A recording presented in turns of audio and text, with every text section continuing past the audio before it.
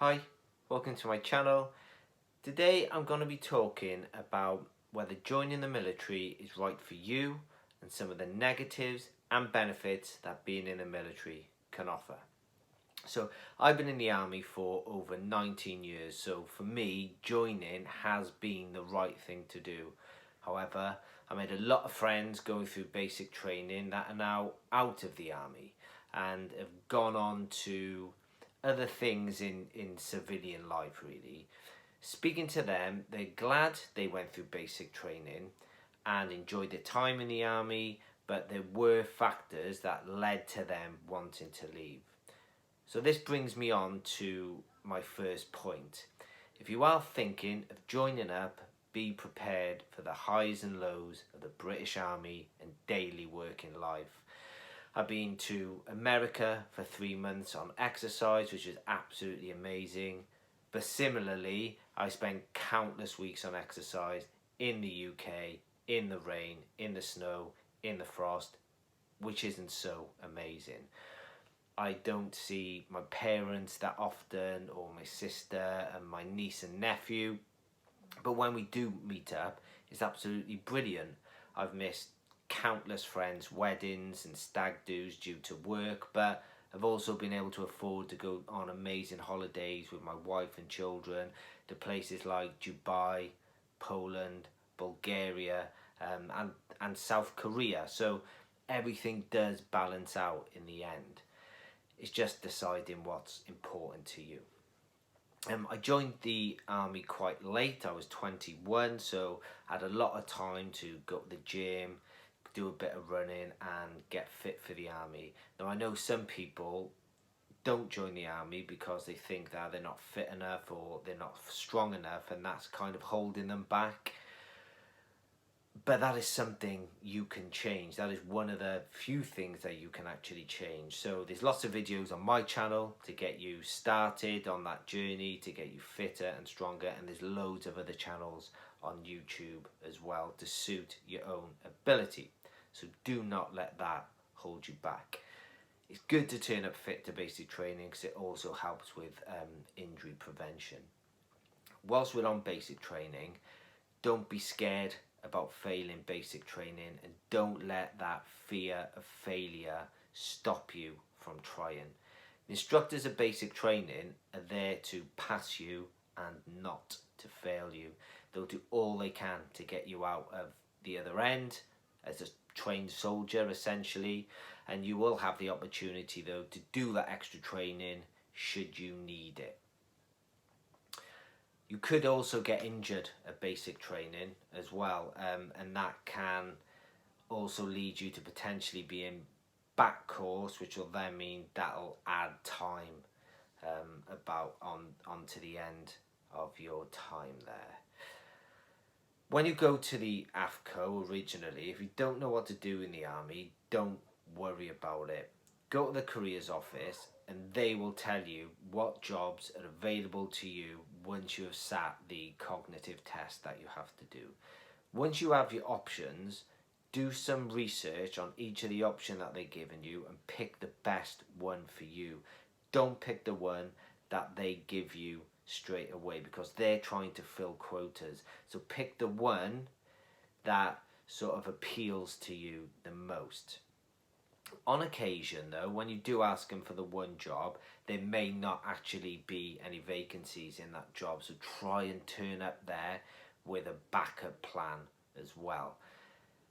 Once you join in that trade, whatever branch you join in, engineers, Royal Signals, there may be a time where you've realised actually I've made the wrong decision not joining the army but actually doing the job that you're currently in. Don't worry about it. You can retrade. You can retrade in that cap badge, or you can change cap badge entirely, go from Royal Signals to engineers, engineers to artillery or to infantry. Doesn't matter. There are processes you can go through to actually change cap badge or join the RAF or Navy. Another thing, if you're in a long-term relationship, it's definitely worth sitting down with your partner and talking this decision through with them. There are some downsides to being a forces family. There will be periods where your partner may not see you for up to 6 months. If you have children, their schooling can be interrupted when you change assignments, moving from post to post, and the quality of the married quarters varies massively from post to post. Some are far better than others. It can also be difficult for your partner as well to find work to then start that long-term career, because you might be moving every 3 years. So that's something to think about as well. My last point on whether you're deciding whether the army is right for you and the right choice for you is the fact that you're already looking these things up.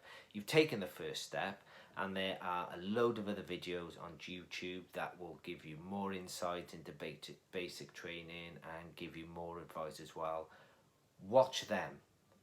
Then go to the AFCO, speak to them, the Armed Forces Careers Office, speak to them and ask them whatever questions that you want. Similarly, you can ask me any questions you want as well.